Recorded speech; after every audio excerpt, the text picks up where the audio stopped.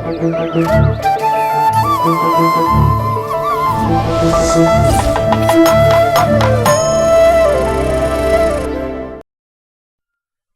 வைத்த கடனுக்கும் மாணவர்கள் பேங்கில் வைத்த கடனுக்கும் இருக்கிற வித்தியாசத்தை டேப்பை கொண்டு அளந்தா அளப்பதற்கு இமயமலை ஹைட்டுக்கு ஒரு இன்ச் டேப் வேண்டும்.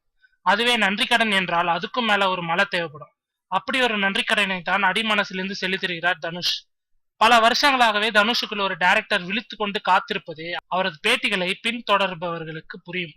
நல்ல டைம் வரட்டும், இன்னும் கத்துக்கிட்டு தான் இருக்கேன் என்று கூறி வந்த தனுஷுக்கு அந்த நல்ல நேரம் வந்து விட்டது.